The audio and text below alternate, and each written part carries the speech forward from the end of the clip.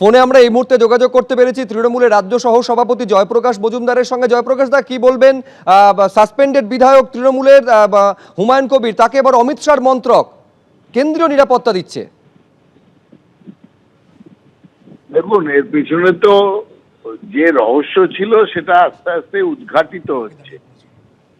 এর আগে হুমায়ুন কবির 2019-এ বিজেপিতে ছিলেন, তিনি লোকসভায় প্রতিদ্বন্দ্বিতা করেছিলেন। অমিত শাহ তার হয়ে গলা ফাটিয়েছিলেন ভোট দেওয়ার জন্যে, কিন্তু জিততে পারেননি।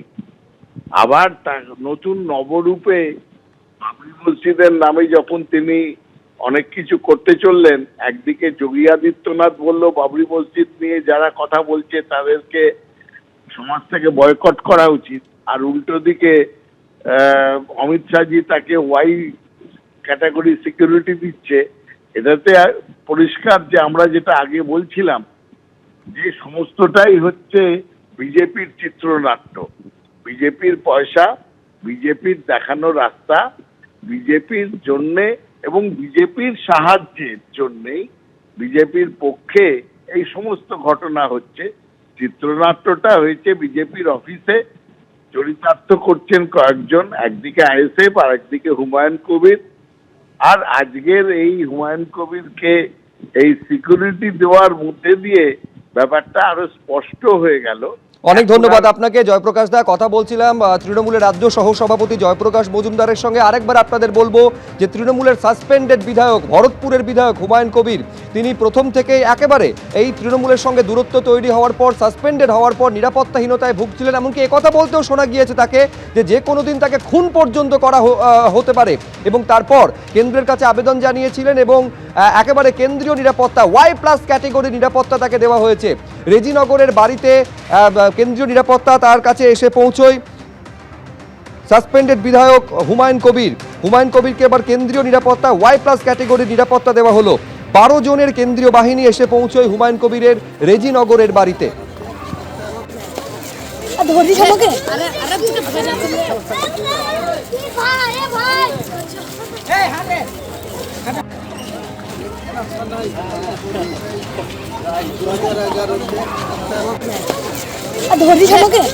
পুলিশ প্রশাসনের উদ্দেশ্যে এবার বার্তা বিজেপি রাজ্য সভাপতি শ্রমিক ভট্টাচার্যের।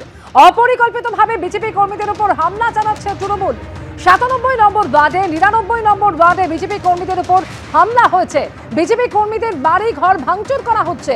তৃণমূল আর দুষ্কৃতী এক হয়ে গেছে। বিজেপি করার অপরাধে আক্রান্ত হতে হচ্ছে, আইনজীবীরা আক্রান্ত হচ্ছেন। তারকেশ্বরেও হামলা হয়েছে, ঘর ছাড়া অনেক বিজেপি কর্মী। আগামী দিনে বিজেপির সঙ্গে কাজ করতে হবে পুলিশ প্রশাসনের উদ্দেশ্যে, এমনই বার্তা বিজেপি রাজ্য সভাপতি শ্রমিক ভট্টাচার্যের। বাংলা এবং বাঙালির লজ্জা হলেও পশ্চিমবঙ্গবাসীকে দেখতে হচ্ছে যে নির্বাচন ঘোষণার আগে থেকেই কেন্দ্রীয় বাহিনী বিভিন্ন রাস্তায় ঘোরাফেরা করছে। জানে ক্ষমতা ছাড়তে হবে, ক্ষমতাটাকে চলে যেতে হবে। শেষ মুহূর্তে কেউ টিকিট পাওয়ার কারণে, কেউ নেতাদের নেক নজরে আসবার কারণে কিছুটা অপরিকল্পিতভাবে আক্রমণ চালাচ্ছে বিজেপি কর্মীদের উপরে। তৃণমূল কংগ্রেস চলে যাচ্ছে, তৃণমূল কংগ্রেস চলে গেছে, ভালো লাগুক বা নাই লাগুক, যারা WBCS অফিসার আছেন, যারা এখানে IAS IPS অফিসার আছেন, যারা বিভিন্ন পদে সরকারি কর্মচারী আছেন, BDO SDOরা আছেন, সিভিক ভলেন্টিয়ার্স যারা আছেন, তাদের কিন্তু কয়েক মাসের মধ্যে বিজেপি সরকারের সঙ্গে কাজ করতে হবে। শ্রমিক ভট্টাচার্য যা বলছেন তা সম্পূর্ণ ভিত্তিহীন। ত্রিপুরায় যখন তৃণমূল কংগ্রেস গিয়েছিল তখন মনে ছিল না যে পরিমাণ হামলা একসময় হয়েছে দিনের পর দিন? তখন শ্রমিকবাবু কোথায় ছিলেন? আর এখানে লাগাতার প্ররোচনাটা তো বিজেপি দিচ্ছে। আজকে দেখেছেন তো বিজেপি পার্টি অফিসের মধ্যে থেকে ধর্ষণের অভিযোগ আসছে। কোথায় নেমেছে পার্টিটা? আবার শান্তিপুরে একটা ঘটনা ঘটেছে, সেখানেও বিজেপির প্রভাবশালী নেতার বিরুদ্ধে ভয়ঙ্কর অভিযোগ, মহিলা ভর্তি। ফলে শ্রমিক ভট্টাচার্য আপনি সবকটা বুথে আপনারা BLA 2 দিতে পারেননি, আপনাদের লোক নেই, জোন নেই। ফলে এগুলো এখন থেকে নাচতে না জানলে উঠোন বাঁকা, হারের সব অজুহাত তৈরির কাজ শুরু হচ্ছে। দুদিন আগে মথুরাপুরে দাঁড়িয়ে প্রতিশ্রুতি দিয়েছিলেন অমিত শাহ। সেই প্রতিশ্রুতি স্মরণ করিয়ে আজকে শ্রমিক ভট্টাচার্য বলছেন বিজেপি সরকার গঠন হওয়ার ৪৫ দিনের মধ্যে ৭ম পে কমিশন চালু হবে এবং ৬০ দিনের মধ্যে সমস্ত ধ্বংস হয়ে যাওয়া পদগুলিতে লোক নিয়োগ করা শুরু হয়ে যাবে। গত ২রা মার্চ দক্ষিণ ২৪ পরগনা রায়দিঘি থেকে ভারতের স্বরাষ্ট্রমন্ত্রী শ্রী অমিত শাহ একটি গুরুত্বপূর্ণ ঘোষণা করেছেন। পশ্চিমবঙ্গে সরকার পরিবর্তনের সঙ্গে সঙ্গে বিজেপির নতুন সরকার আগামী ৪৫ দিনের মধ্যে 7th পে কমিশনকে কার্যকর করবার সমস্ত রকম ব্যবস্থা গ্রহণ করবে।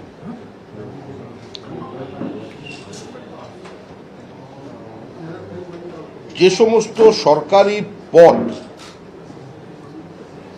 তৃণমূল কংগ্রেস ধ্বংস করেছে, নষ্ট করে দিয়েছে, আগামী ৬০ দিনের মধ্যে নতুন সরকার সেই পদগুলো চালু করবে।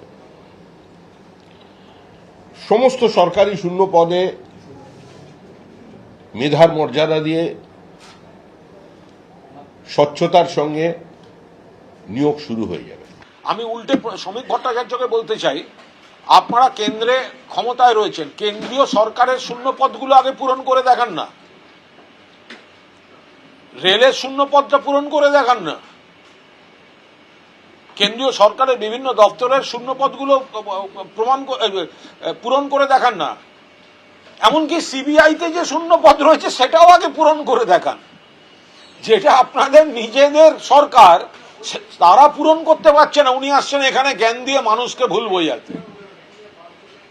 বিজেপিও ক্ষমতায় আসবে না, বাংলা যেভাবে এগোচ্ছে অন্য রাজ্যের থেকে ভালো এগোচ্ছে, অতীতে ৩৪ বছরের থেকে ভালো এগোচ্ছে।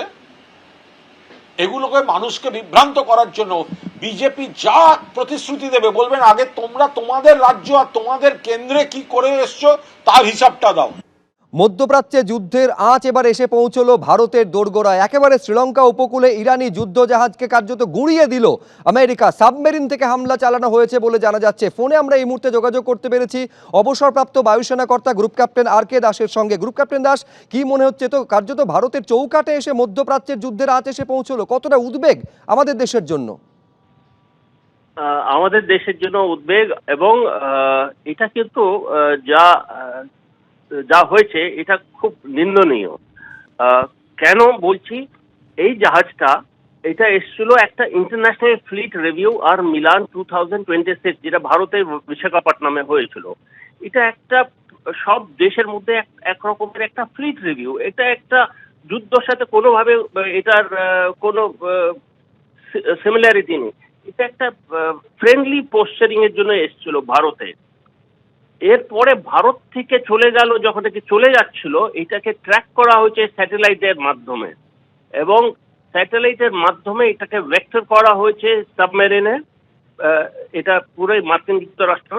আর তারপরে যেই মাত্র শ্রীলঙ্কার টেরিটোরিয়াল ওয়াটার্স থেকে বেরিয়ে গেছে ইন্টারন্যাশনাল ওয়াটারে, সেখানে থেকে সাবমেরিন থেকে এটাকে টর্পেডো দিয়ে এটাকে ধ্বংস করা হয়েছে আজ ভোরবেলায়।